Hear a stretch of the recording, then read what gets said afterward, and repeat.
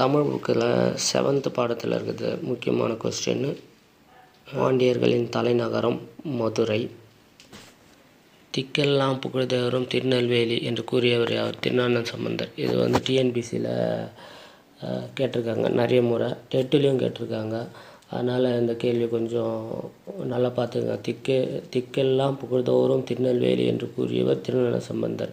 ரெண்டுமே குழப்புவாங்க. தன் பொருணை புனல் நாடு என்று கூறியவர் யார் அப்படின்னா சேக்கியார். தன் பொருணை அப்படின்னு கேட்டினாலே சேக்கியார் போட்டுருங்க.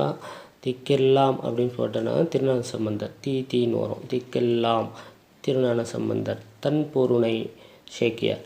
திருநெல்வேலி மாவட்டத்தில் சிறப்புமிக்க மலை எது அப்படின்னு கேட்டிங்கன்னாங்க பொதிகை மலை. பொதிகை ஆயினும் இமயமாயினும் என்று பாடியவர் யாருன்னா இளங்கோவடிகள். இதில் என்ன சொல்லியிருப்பாங்க அப்படின்னா பொதிகை மலைக்கு முதலிடம் கொடுத்து பாடியவர் யார் அப்படின்னு சொன்னீங்கன்னாலும் இளங்கோவடிகள்னு எழுதணும். பொதிகை ஆயினும் இமயமாயினும் என்று பாடியவர் யாருன்னு கேட்டினாலும் இளங்கோவடிகள். பொதிகை மலைக்கு முதலிடம் கொடுத்து பாடியவர் யாருன்னு கேட்டினாலும் இளங்கோவடிகள். இலக்கியங்களில் திரிகூட மலை என அழைக்கப்படும் மலை எதுன்னு கேட்டிங்கன்னா குற்றாலமலை. நெக்ஸ்ட் பார்த்துறோம்.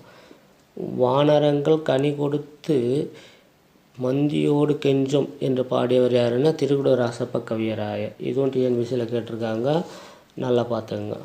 வானரங்கள் அதாவது குரங்குகள். வானரங்கள் கனி கொடுத்து மந்தியோடு கொஞ்சம் என்று பாடியவர் யார் அப்படின்னு கேட்டிங்கன்னா திருக்குட ராசப்ப கவியராயர். டிஎன்பிசியில் கேட்டிருக்காங்க. தன்பொருணை நதி என்று அழைக்கப்படும் நதி. தன்பொருணை நதி என அழைக்கப்படும் ஆறு தாமிரபரணி ஆறு. இது டெட்டில் கேட்டிருக்காங்க. இப்போ ரீசெண்டாக 2022 கேட்டாங்க டெட்டில், அதனால் பார்த்துங்க. திருநெல்வேலியின் மற்றொரு பெயர் வேணுவனம். வேணுவனம் என்பதின் பொருள் மூங்கில் காடு. வேணுன்னா மூங்கில், வேணுவனம் அப்படின்னா மூங்கில் காடு. நெல்லிக்காய் உற்பத்தியில் தமிழகத்தில் முதலிடம் பிடிக்கும் மாவட்டம் எதுன்னு கேட்டிங்கன்னா நெல்லை மாவட்டம், அப்படி இல்லைன்னா திருநெல்வேலி மாவட்டம்னு கூட போட்டுருவாங்க. தாமிரபரணி கடலோடு கடக்கும் இடத்தில் டேஷ் துறைமுகம் இருந்தது. என்ன துறைமுகம்னா குர்க்கை துறைமுகம் இருந்தது.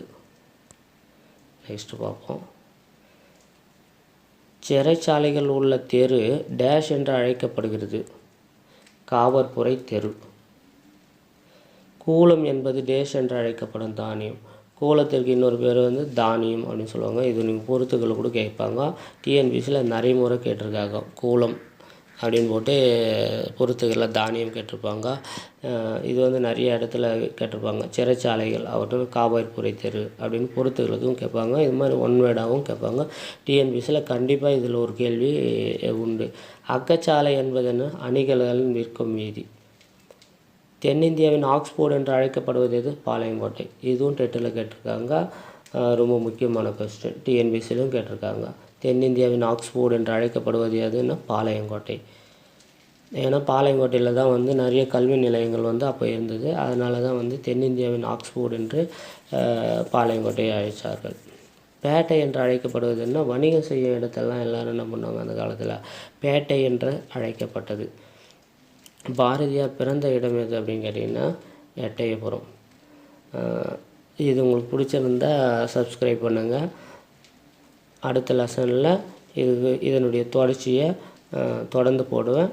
நீங்கள் பெல் பட்டன் அப்போ தான் உங்களுக்கு நான் போகிற வீடியோ உடனுக்குடன் சேரும்.